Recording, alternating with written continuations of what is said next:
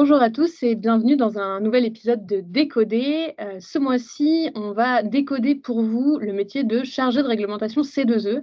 Donc chargé de réglementation sur le dispositif des certificats d'économie d'énergie. Le dispositif des certificats d'économie d'énergie, c'est un dispositif qui a été mis en place il y a à peu près euh, 15 ans maintenant, un peu plus, qui sert à financer des actions d'économie d'énergie et à lutter contre la précarité énergétique. Et aujourd'hui, il y a pas mal de métiers autour du C2E et on va décoder l'un de ces métiers-là, qui est peut-être un métier clé dans le dispositif des C2E. Je suis avec Benoît Lotte, qui est responsable réglementation C2E chez Certinergie et Solutions, et avec Sarah Tahar, qu'on ne présente plus, qui est notre responsable RH, qui avait déjà permis de décoder le métier d'ingénieur en efficacité énergétique. Et pour nous, ils vont répondre à 4 questions autour du métier de chargé de réglementation C2E. Benoît, c'est ton tour. Je sais que tu adores l'exercice. Est-ce que tu pourrais nous dire qu'est-ce que ça veut dire être chargé de réglementation C2E aujourd'hui et qu'est-ce que ça veut dire être chargé de réglementation C2E chez Certinergie et Solutions? Bonjour Chloé. Oui, alors le métier de chargé de réglementation C2E, ça consiste notamment à avoir une place centrale dans l'entreprise, puisqu'en fait, toutes nos missions vont avoir un impact direct ou indirect sur du coup l'activité de l'entreprise. À savoir, par exemple, on peut parler de la réalisation des dossiers de demande de C2E auprès du PNC2E, donc le Pôle national des certificats d'économie d'énergie. On va aussi être en soutien au métier. Donc, en fait, quand des textes paraissent, il faut du coup, nous d'abord, comment dire, les appréhender et les comprendre pour ensuite les restituer auprès des équipes. Donc, il va y avoir un fort travail de pédagogie auprès des métiers pour leur faire comprendre les changements dans leur activité suite du coup aux nouvelles actualités réglementaires. On va aussi être en charge de réaliser les audits. Donc, on sait que du coup, le dispositif se durcit et qu'il y a de plus en plus de contrôles. Et afin de s'assurer que les contrôles du PNC2E soient du coup favorables sur les dossiers de Certinergie, on s'assure en interne qu'on dépose des dossiers viables. Et pour ça, on réalise mensuellement des audits sur ce qui est validé par nos équipes. OK, très clair. Donc, à la fois, on va dire des missions opérationnelles de dépôt, d'audit et à la fois, des missions, plus presque RH en fait, de formation des équipes et d'accompagnement des équipes, à comprendre les nouvelles réglementations. OK, et ce serait quoi une semaine type pour un chargé de réglementation C2E? Alors, comme je le disais, il y a des missions qui vont revenir fréquemment, comme par exemple les dépôts, la veille réglementaire et la formation aux équipes. Pareil, le fait de répondre aux questions du métier, c'est quotidien comme mission. Après, avoir une semaine type, c'est un peu compliqué parce que du coup, ça va dépendre beaucoup des actualités réglementaires. Actuellement, il y a la consultation pour les 54e arrêtés qui nous prend du temps parce qu'il faut du coup analyser les impacts que ça va avoir. Mais il y a aussi la consultation de la 6e période. Donc voilà, ça, c'est des choses qui arrivent ponctuellement et qui vont modifier un peu l'agenda d'un chargé de réglementation. Et donc quand ces évolutions, elles arrivent, j'imagine que, vous échangez, avec les autres équipes. C'est qui, vos relais dans l'entreprise, à la fois pour, travailler sur l'analyse d'impact ou sur, les préconisations à faire et aussi pour, informer, former, Alors, dans un premier temps, tout ce qui est analyse d'impact, ça va être principalement avec les managers de chaque équipe. Et après, c'est au service réglementation que revient la charge de former l'entièreté des équipes de Certinergie et Solutions. Donc, ce sera d'abord déterminer avec les managers quels sont les impacts, puis après, selon les besoins, parce que tous les changements réglementaires n'impactent pas les mêmes services, on fait des formations aux besoins pour chaque équipe. OK, d'accord.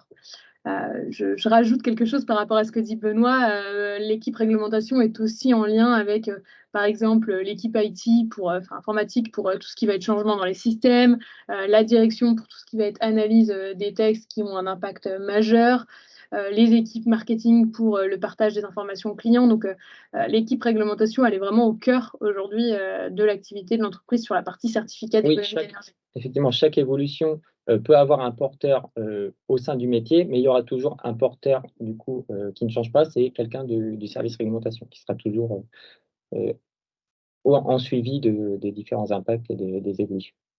OK, super clair. Merci Benoît.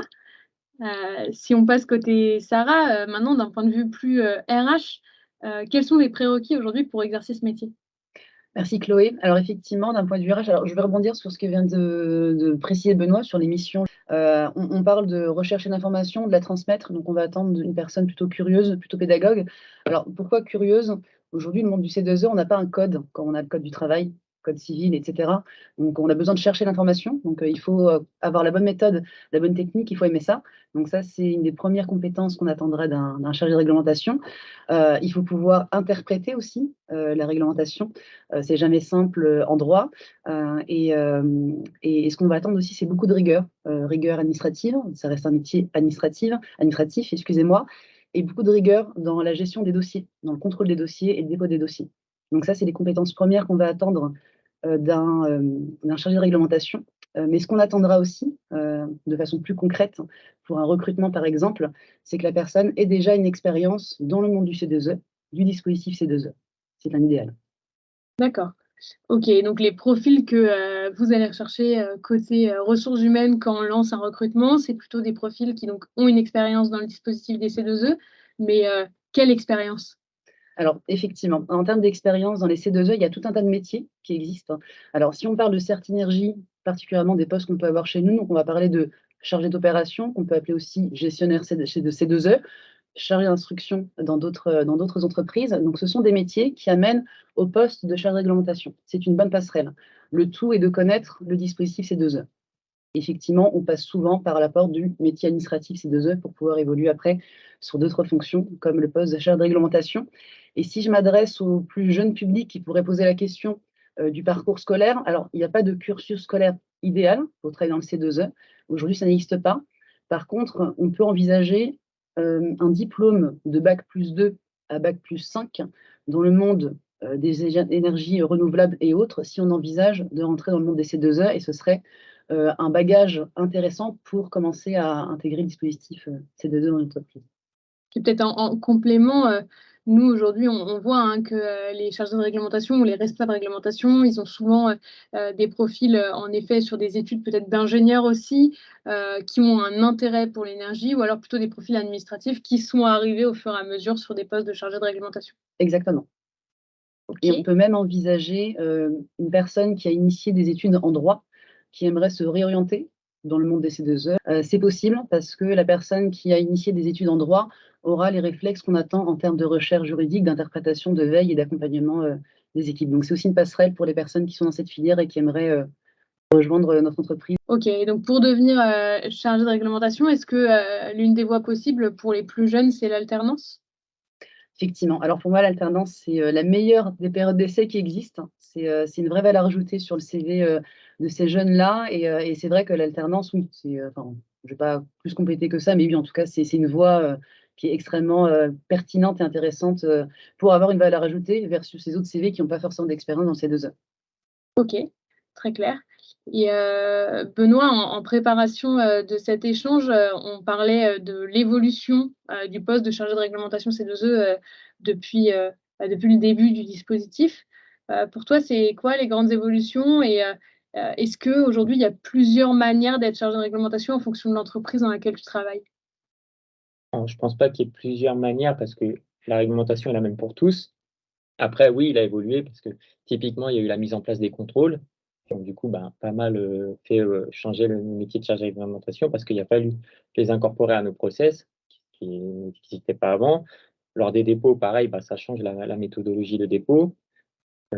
C'est pour moi le changement majeur de ces dernières années. Oui, alors parce que les réglementations C2E évoluent au fur et à mesure et donc en effet, ça change tout le temps et la 6e période pourrait faire changer encore pas mal de choses, notamment si on bascule d'une obligation de moyens à une obligation de résultat. Est-ce que Benoît, Sarah, vous voulez rajouter des éléments sur le poste de chargé de réglementation? Je me tourne vers Benoît, Je mais réfléchis. bah, moi, de mon côté, effectivement, le message, en tout cas en tant que RH, que je peux passer, c'est alors si vous avez des questions sur le métier de chargé de réglementation, il ne faut pas hésiter à vous renseigner, à voir ce qu'on propose, à envoyer aussi des mails aux entreprises pour savoir si c'est une voie qui peut vous correspondre. Donc, au RH entreprise, en l'occurrence, mon LinkedIn est ouvert, c'est Sarah Tard. Donc, si vous avez la moindre question sur ce métier-là, n'hésitez surtout pas à m'adresser un message. Et il suffit que voilà, on ait un tant soit peu d'organisation, de rigueur, de curiosité pour intégrer facilement un job qui rentre dans le cadre de nouveaux métiers voilà, qui sont encore en pleine expansion. Donc, c'est le message que je peux passer en conclusion. Oui, tout à l'heure, pour compléter, Sarah donnait quelques qualités humaines à avoir comme la curiosité et la pédagogie. Je rajouterais peut-être le fait d'avoir un esprit logique.